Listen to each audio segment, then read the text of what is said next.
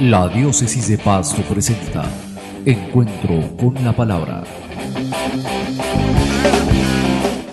Bienvenidos a este encuentro con la Palabra de Dios en el 32º domingo del tiempo ordinario, donde vamos a reflexionar a la luz del Evangelio según San Lucas, capítulo 20, versos 27 al 38.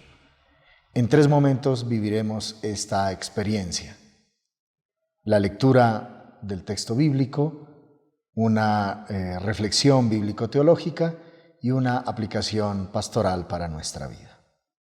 Escuchemos con atención la lectura del Santo Evangelio según San Lucas, capítulo 20, versos 27 al 38. Después algunos saduceos fueron a ver a Jesús. Los saduceos niegan que los muertos resuciten. Por eso le presentaron este caso.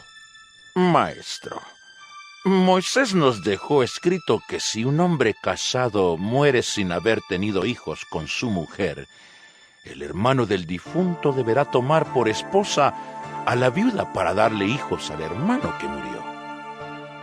Pues bien, había una vez 7 hermanos, el primero de los cuales se casó pero murió sin dejar hijos. El segundo y el tercero se casaron con ella y lo mismo hicieron los demás. Pero los 7 murieron sin dejar hijos. Finalmente murió también la mujer.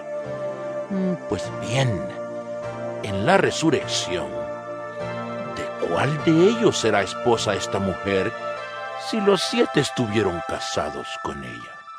Jesús les contestó: En la vida presente los hombres y las mujeres se casan, pero aquellos que Dios juzgue, que merecen gozar de la vida venidera y resucitar, sean hombres o mujeres, ya no se casarán, porque ya no pueden morir, pues serán como los ángeles y serán hijos de Dios por haber resucitado. Hasta el mismo Moisés, en el pasaje de la zarza que ardía, nos hace saber que los muertos resucitan. Allí dice que el Señor es el Dios de Abraham, de Isaac y de Jacob, y Él no es Dios de muertos, sino de vivos, pues para Él todos están vivos. En un segundo momento, esta reflexión bíblico-teológica. Nos acercamos al final del año litúrgico. Fijaremos nuestros ojos en el cielo nuevo y en la tierra nueva que vendrán al final de los tiempos, en el pleno y definitivo encuentro con Jesús. En la controversia entre Jesús y los saduceos, colocamos en primer plano nuestra esperanza en la resurrección. No nacimos para morir, sino para vivir. La ridiculización que los saduceos intentan hacer de la vida más allá de esta vida le da ocasión a Jesús para afirmar con fuerza y con una gran destreza en el manejo de los textos bíblicos aquello que la revelación va desvelando paso a paso, es decir, la resurrección como nuestro destino de gloria. Hemos acompañado a Jesús en la subida a Jerusalén. Hoy el relato del Evangelio nos sitúa en la Ciudad Santa, en la explanada del templo, donde Jesús realiza su misión. Los saduceos eran un grupo de tendencia, podríamos decir, conservadora, integrado por miembros de la clase política y socialmente dominante.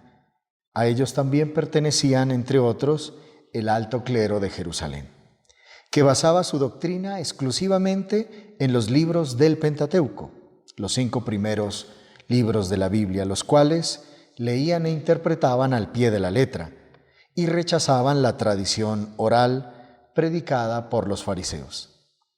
Con relación a los fariseos, eran un partido opuesto en materia teológica y también en la manera de ver el poder. Ellos aparecen entonces como opositores de la fe en la resurrección, una doctrina que fue sostenida por Jesús. El Maestro ya había dicho en el capítulo 14, verso 14, «Se te recompensará en la resurrección de los justos». El texto que hemos proclamado tiene 2 partes. La primera parte la pregunta en forma de absurdo por parte de los saduceos acerca de la resurrección de los muertos, versos 28 al 33, y la respuesta de Jesús, versos 34 al 38. Los saduceos abordan a Jesús con la ley mosaica del levirato para poner en duda la vida futura en la resurrección. Le dicen: Maestro, Moisés nos dejó escrito que si muere el hermano de alguno que está casado y no tiene hijos, que su hermano tome a la mujer para darle descendencia a su hermano. La ley del levirato está basada en el Deuteronomio y está ilustrada en la historia de Tamar, en el libro del Génesis, en el capítulo 48, y en todo el libro de Ruth. Si un varón casado muere sin haber tenido hijos, su hermano debe tomar la viuda y darle descendencia. Esta norma presupone que los hermanos viven juntos y tienen como finalidad asegurar la propiedad de la tierra, que es el don de la alianza, en manos de la familia. Eran 7 hermanos. Aparece el número 7. Esto nos recuerda otra historia que se encuentra en el libro de Tobías, donde Sara tiene 7 maridos, los cuales se le mueren.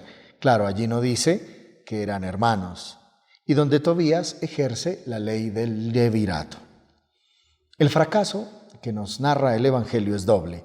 Es un fracaso matrimonial y procreacional. Ninguno de los 7 hermanos puede reclamar ser el marido, porque de hecho ninguno ha engendrado en ella. Finalmente muere la mujer. Así se cierra la historia. La ley entonces ha sido anunciada. El caso está planteado. Viene ahora la pregunta problemática. ¿La mujer entonces de cuál de ellos será mujer en la resurrección? Porque los 7 la tuvieron por mujer. La pregunta burlona intenta ridiculizar la enseñanza de Jesús. En otras palabras, en la resurrección, ¿cuál es la situación de la mujer que ha tenido 7 maridos? ¿Quién de ellos, si es que es alguno, de hecho es su marido? Es claro que la poligamia está descartada. Entonces, ¿a suertes? ¿O es el primero o el último? ¿O ninguno? Jesús entonces responde. Y su respuesta, en un primer momento, deshace los argumentos de los fariseos. Y en un segundo momento, reafirma la doctrina de la resurrección. Jesús cuestiona los fundamentos del caso enunciado, proclamando que en la resurrección las condiciones de la vida son diferentes, que las relaciones humanas son vividas en un nuevo nivel. Por tanto, en la resurrección, donde la vida es plena y permanente, las cuestiones relacionadas con el matrimonio y la procreación son irrelevantes y que la relación básicamente está dada en la filiación divina. 3 ideas Jesús pone de relieve: el contraste entre este mundo y el mundo futuro. Un punto de contraste es que ya no se casarán. Y el tercer elemento es la plenitud de la filiación divina en la resurrección. Serán hijos de Dios por haber resucitado. Nos surge entonces la pregunta: ¿pero cómo es la vida eterna? Aquí el texto nos traslada a un nivel más alto de inmortalidad, que para el Evangelio es mucho más que vivir eternamente. La base está en el ser hijos de la resurrección. Ser hijo de quiere decir compartir la vida de. Así como en el versículo 34, ser hijo de este mundo es el que participa de la vida terrena. En nuestro caso, ser hijo de Dios es compartir la vida de Jesús resucitado. Por tanto, en una lectura cristiana entendemos que se trata de la participación en la resurrección de Jesús. Esa es la vida eterna. Los saduceos dejaron entender que basan su autoridad en Moisés. Jesús también hace lo mismo. Apelando directamente a la autoridad de Moisés, nos dice que él mismo indicó el hecho de la resurrección cuando se da el pasaje de la zarza ardiente, cuando dice que el Dios de la alianza es el Dios vivo y de la vida. Dios no puede ser el Dios de un pueblo muerto, porque solo un pueblo viviente puede tener a Dios. Por tanto, las promesas de Dios a los patriarcas y el compromiso de ser su Dios requiere que estén vivos.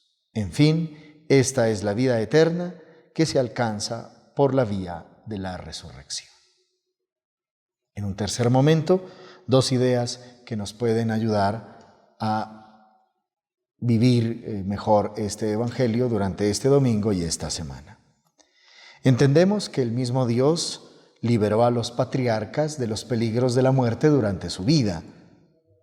Él mismo entonces no se olvidará de ellos a la hora de la muerte. Lo mismo ocurre con nosotros. En fin, Dios no se olvida de sus hijos que le son fieles. Segundo, entendemos que Dios es aún el Dios de los patriarcas después de la muerte.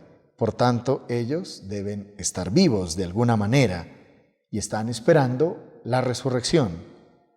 Por eso, desde la resurrección de Cristo, anhelamos con fe y esperanza la resurrección. Recordemos las palabras de Pablo, que si Dios no hubiese resucitado a Cristo, si Cristo no hubiera resucitado, vana es nuestra fe. Nuestra fe se fundamenta en la resurrección y la vida. Por eso nuestro compromiso es defender la vida desde su concepción hasta el fin natural de ella en toda nuestra sociedad.